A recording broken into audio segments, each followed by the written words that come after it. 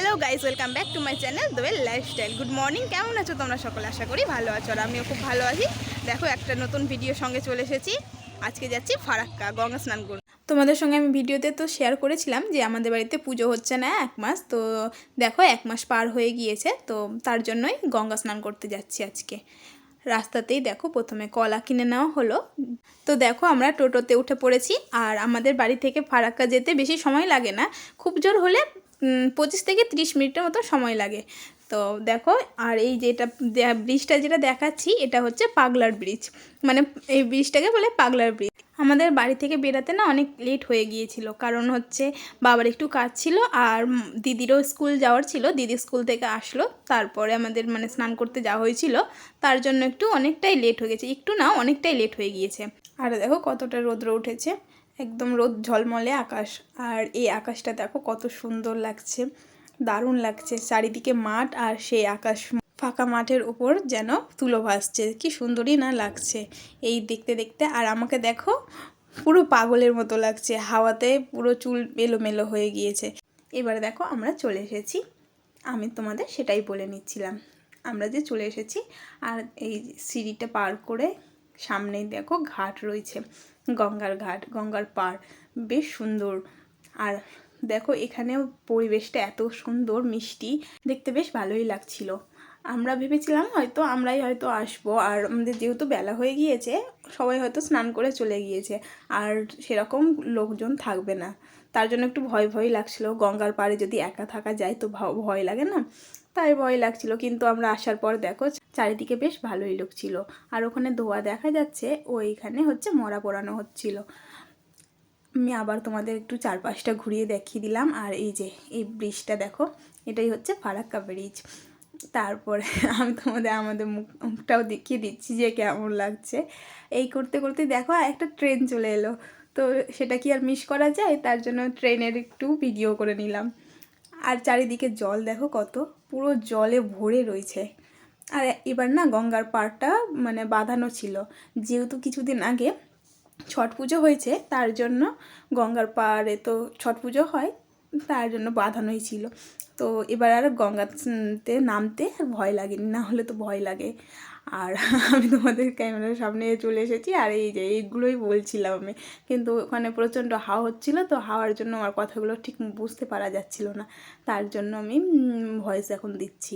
দিদি আমার ক্যামেরা ধরে দিচ্ছিল, তো দিদিকে আমি একটু রাগানোর জন্য বারবার করে বলছিলাম যে ভালো করে ধরবি, কিন্তু ভালো করে ধরবি। দিদিকে রাগানোর মজাটা একটু আলাদা বলো। তার জন্য দিদিকে একটু রাগানোর জন্য ভালো করে একটু বলছি, বারবার করে এদিক ওদিক দেখছি, আর বলছি এদিকে দেখা, ওইদিকে দেখা, আমাকে দেখা, এই করে নিয়ে দিদিকে একটু রাগাচ্ছিলাম।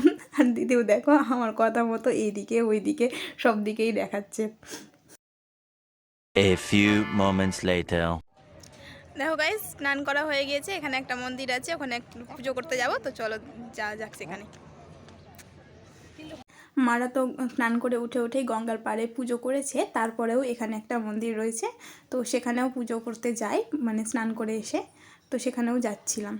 তো দেখো আমার মা যাচ্ছে প্রথমে, তারপরে আমরা যাচ্ছি। আর এখানে রয়েছে ভোলা বাবা, মানে হচ্ছে শিব মন্দির।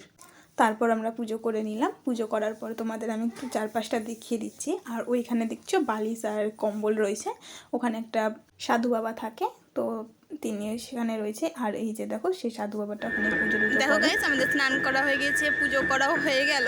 ওখানে একটা মন্দির ছিল, সেখানে পুজো করলাম।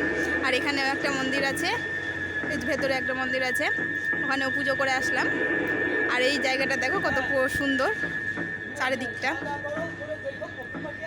ছায়া আছে, বেশ ভালোই আছে। তো এখন সকাল থেকে কিছু খাওয়া হয়নি, এখন একটু খাওয়া দাওয়া করতে হবে, তো চলো খাওয়া দাওয়া করে নিই। আমাদের খাবার দেখে নাও, এখন হচ্ছে এখানে রয়েছে কলা, আর এখানে রয়েছে পাউরুটি, এখানে রয়েছে মিষ্টি, এখানে রয়েছে মিষ্টি, এই যে রসগোল্লা, আর কলা আর পাউরুটি। তো এখন খেয়ে নিব, খিদেও পেয়ে গেছে অনেকক্ষণ। তো মা সবগুলো বেড়ে দিচ্ছে।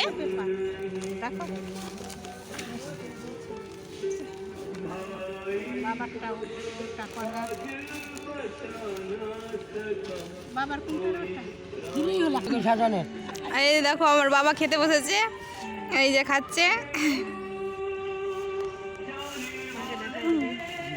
ঠিক আছে এখানে রাত পরে নিবে আর এখানে মা রয়েছে, হ্যাঁ উঠেছে, হ্যাঁ নিয়েছি। আর এখানে মা রয়েছে, তো চলো খেয়ে নি আগে।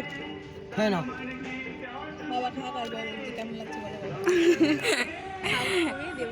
খাও বাবা, দিয়ে বলো কেমন লাগছে। বলো কেমন লাগছে তুমি বলো। পাউরুটি, কলার মিষ্টি। ভালো লাগছে খেতে। তো চলো আগে খেয়ে নি। কিন্তু লোকে দেখবে।